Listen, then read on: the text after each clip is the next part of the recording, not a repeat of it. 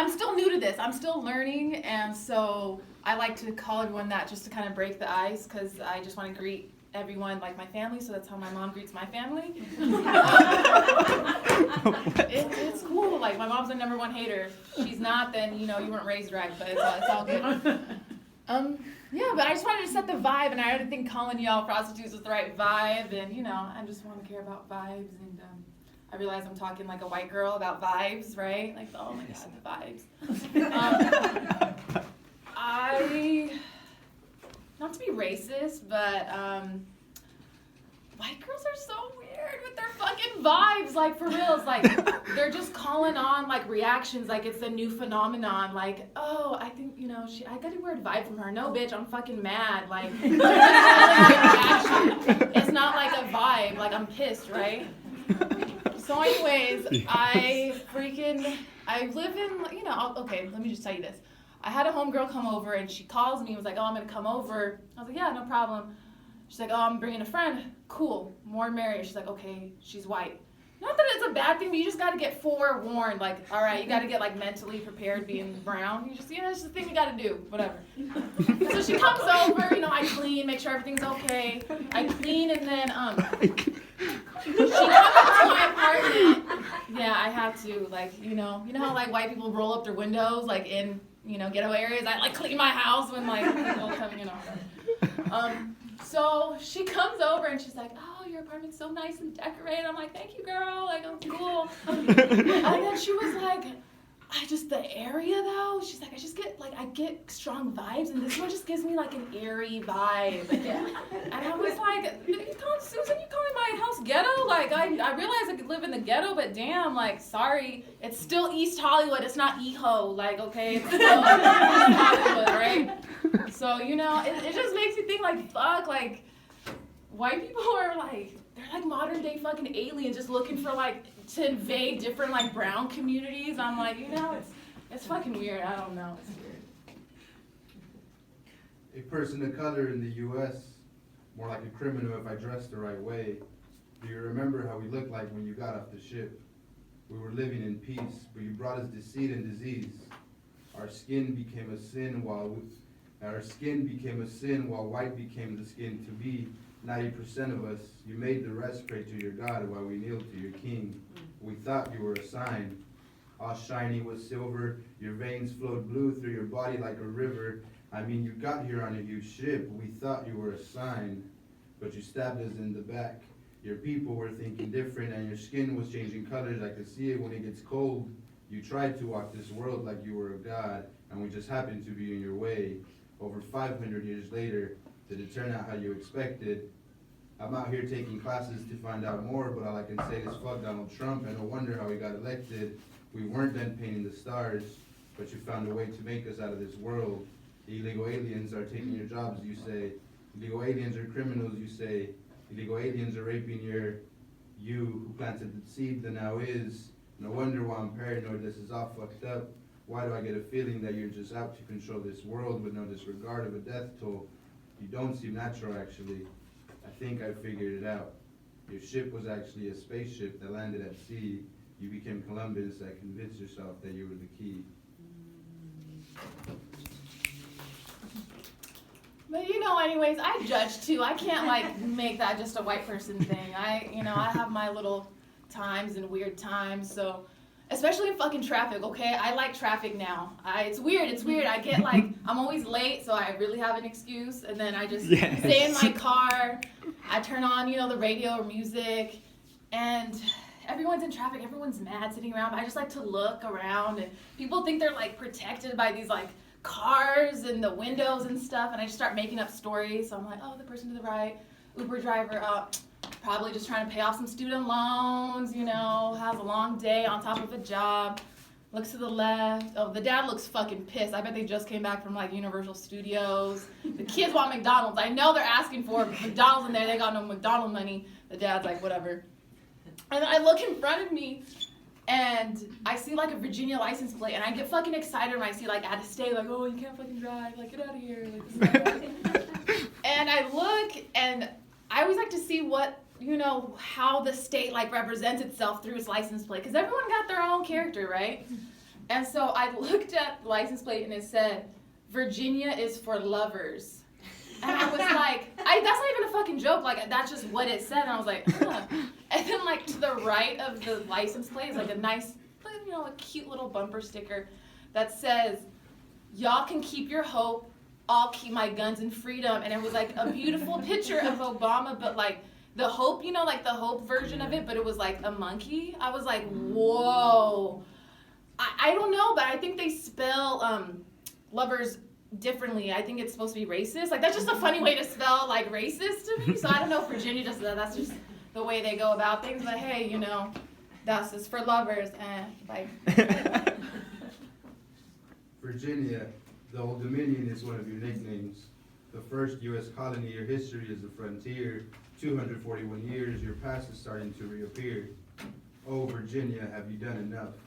They call you the mother of presidents. You gave birth to 8.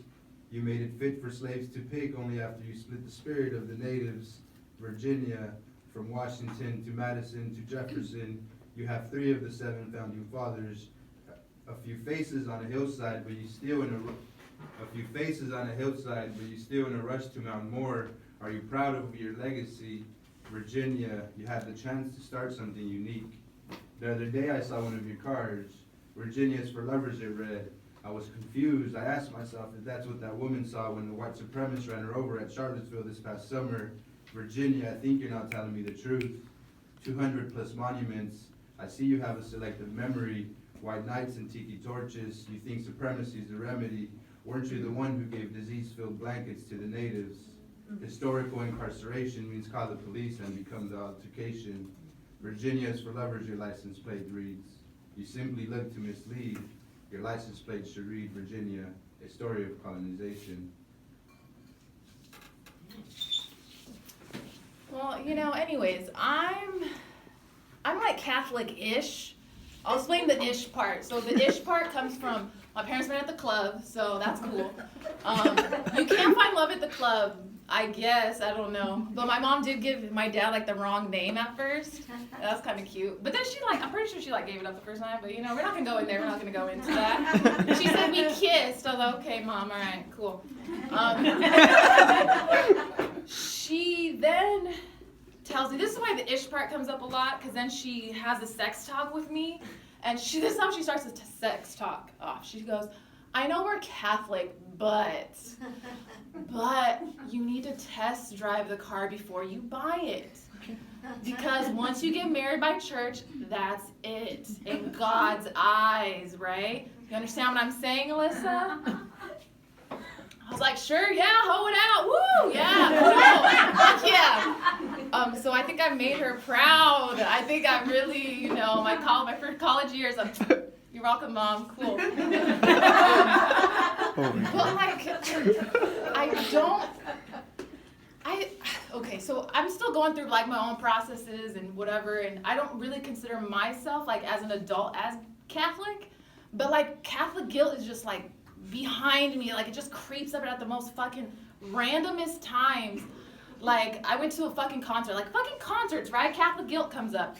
So I'm at this concert and the artist is like, you know, we jam and he's like, put your hands up. And I put your hands up and I was like, okay, tell me to put them down. When is he gonna tell me to put them down? No.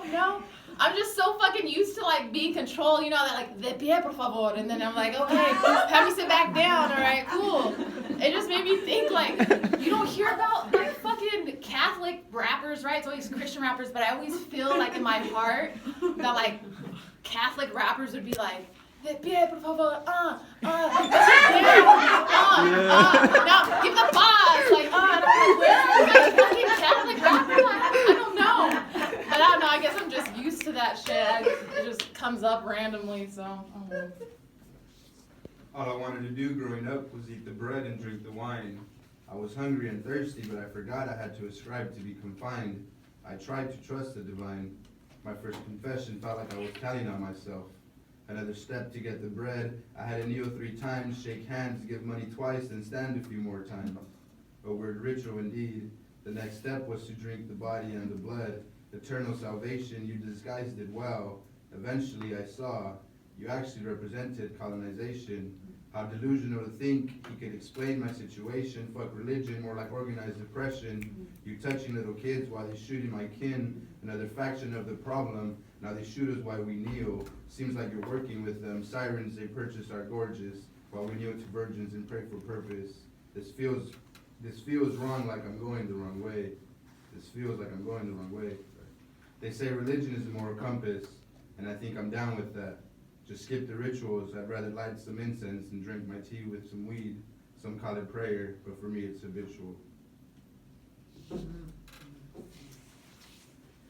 So, I'm not from LA originally, so it was a culture shock moving to LA. I'm from the Central Valley, and I would tell other people, right, hey, you got some 500, get out of here. There's only room enough for one of us, okay? Get out of here. There's one at a time that come in LA. So I came over here, and it was like a huge fucking culture shock, because I would be like, tell people, I'm from the Valley, and they'd be like, oh, the 818, cool. And I was like, no. Like, I'm from the Central Valley, like the biggest valley in California. Like, no, my hometown's by Fresno. And they'd be like, oh my God, I am so sorry. I didn't know people still live there, and you're here now. You're with humans, you're not with cows, don't worry. Like, oh God, that's awful. It smells like shit. Like, ugh, I'm so sorry. I didn't even fucking care that they talk shit about, like, Central Valley. I get it, okay, whatever. But what hurt me the most was all the movies I watched, like, growing up, talking about the Valley. Like, you know when, like, Clueless? I fucking love Clueless. Cher goes to the party in the Valley. I was like, hey, like, that's we on the map. And I realized it was the fucking San Fernando Valley. And I was like, what? What about the San Joaquin Valley? Like, oh, shit, no one knows what that is. Oh, okay. Yeah, so it was definitely different for me, but, you know, I guess that's why I have trust issues. But it's all good. Like, I'm learning to, like, really rep my area. And I'm from the Valley, okay? This is the Valley. I'm from the Valley, okay? Like, this is where LA gets their water supply from. Like, y'all would even better just, like, wash your culos, like, if it wasn't for our fucking water. Like, okay, thank you. You're welcome. All right, got it. I grew up in the Valley in California. At the center of the state, it's over 400 miles long and 60 miles wide, 42,000 square miles, and over 4 million people currently live there. On the west, I got the best coast, while on the east, my valley chills low below the highest points in the state. Have you ever thought of how big the Sierra Nevada actually is? Fertile lands, giant trees, we feed the state. Our backyards be the destinations for you city folks, Sequoia and Yosemite. My people don't get to see those. I bet you've been there, though. You probably took the 5. Cows, corns, and crows, not like your concrete jungles. You slept the whole way. You were sure it smelled like shit the whole day. See, I know my valley, it's the only real valley. But there's one in LA that thinks otherwise. Sitting on the edge, you think you're a valley, but you're actually more like a basin. If LA is the living room, then they probably think of you as the basement. Ooh. San Fernando Valley, the Great 1-8, 1.7 million people, 10 miles wide and 20 miles long. Why are you even famous again? Right, you're holding on to LA like you're holding on to LA like if the Hollywood sign was on your side. The SFV, I don't mean no disrespect, but you say your name with this tone. How could you think you're the only one? Don't forget where your water comes from. You're just another tumor on this earth, but it's okay. At least you're not LA.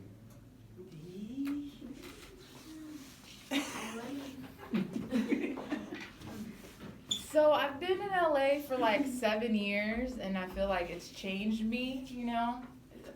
It's quite a long time. So I recently came out to my dad as vegan. He